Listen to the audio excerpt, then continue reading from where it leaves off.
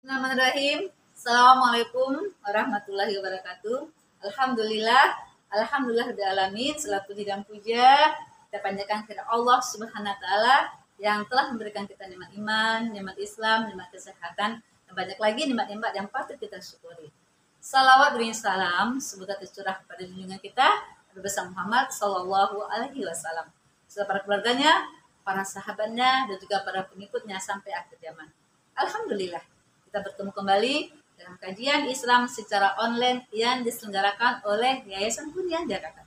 Baik, agar kajian ini merupakan berkah, rahmat, dan ridho dari Allah Subhanahu wa taala, kita buka sama-sama dengan baca basmalah. Bismillahirrahmanirrahim. Alhamdulillah, tidak terasa kita sekarang sudah berada di tahun 2023 ya.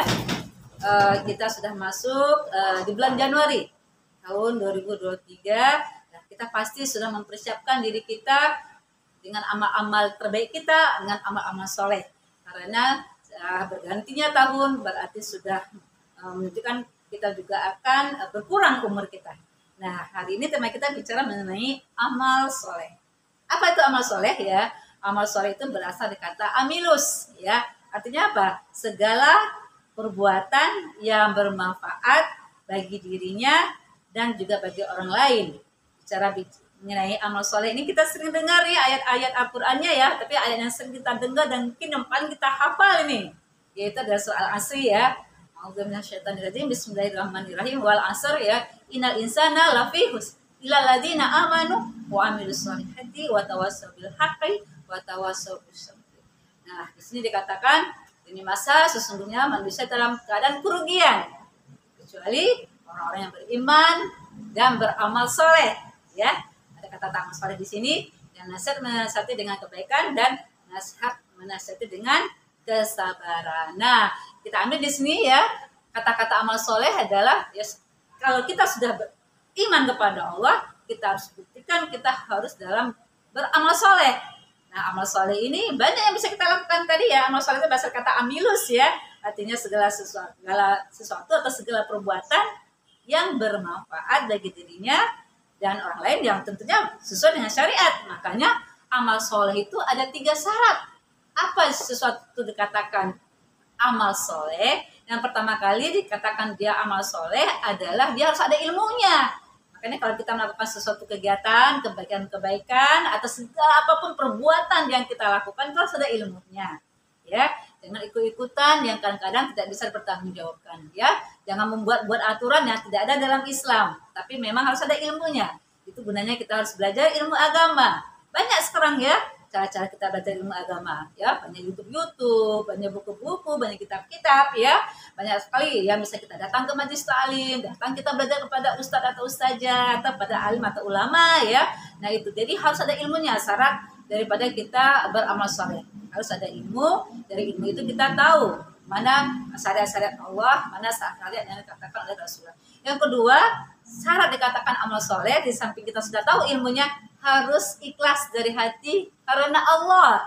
Ya, harus ikhlas karena Allah. Jangan sampai kita beramal itu tidak karena Allah, ingin dipuji, ria, ingin dapatkan jabatan tertentu atau ingin dapat pengaruh tertentu, ya. Tapi niatlah ikhlas karena Allah. Kalau kita niatkan ikhlas karena Allah, itu nanti baru bernilai amal soleh, karena itu syarat amal soleh.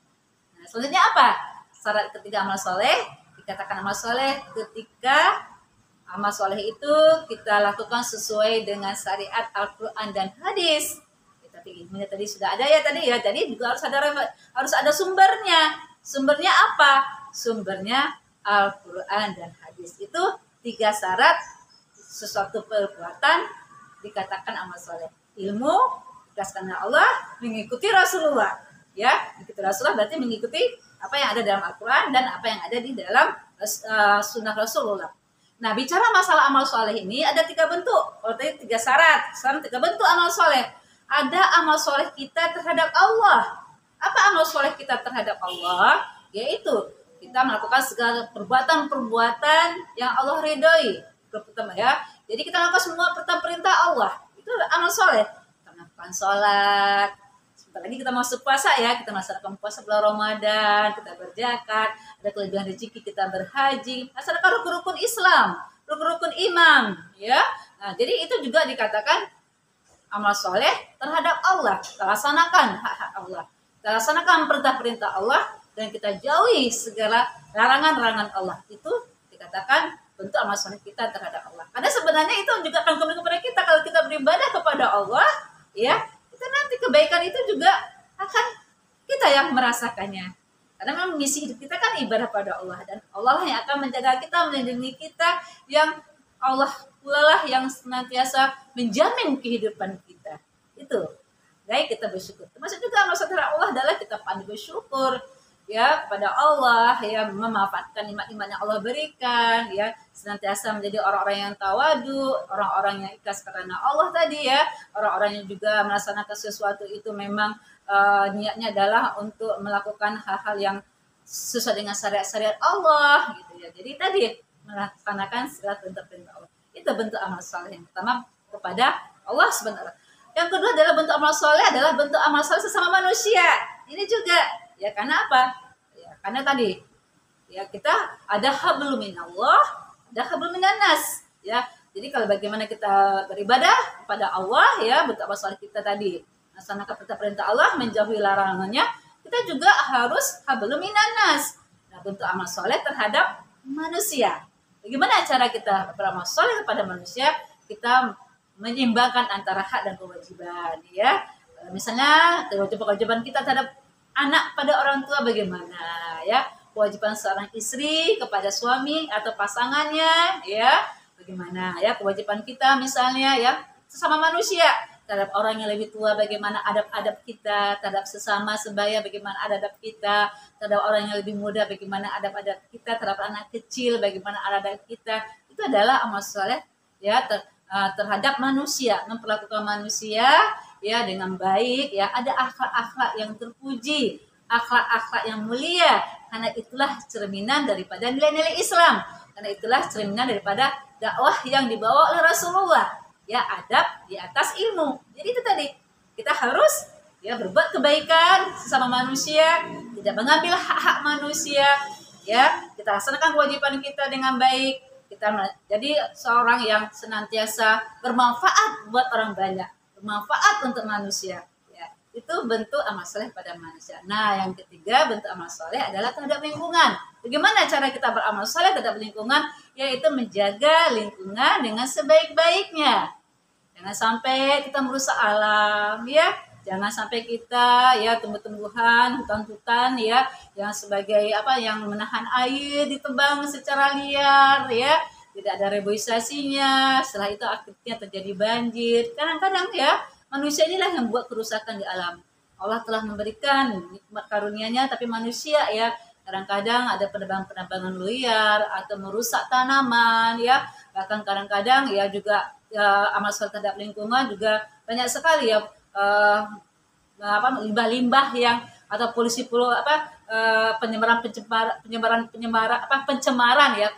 udara, pencemaran air yang dilakukan oleh manusia, dan itu juga kita harus berakhlak atau harus beramal soleh terhadap lingkungan, melestarikan lingkungan agar lingkungan kita menjadi lingkungan yang bersih, lingkungan yang asri, lingkungan yang yang terjaga kebersihannya. Karena itu kembali kepada manusia semua. Kalau kita merusak lingkungan, akibatnya juga akan dirasakan oleh manusia. Nah itulah yang bisa saya sampaikan ya ibu-ibu ya para penonton semua ya.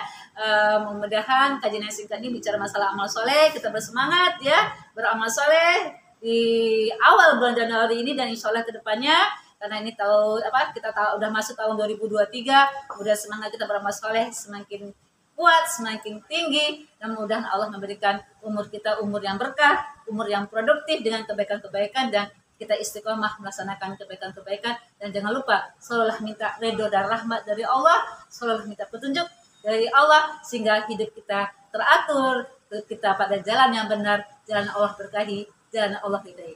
Alhamdulillah, kalau tak komentarin salah khilaf saya minta maaf kepada para penonton semua. Kalau ada yang benar itu semata-mata datang dari Allah.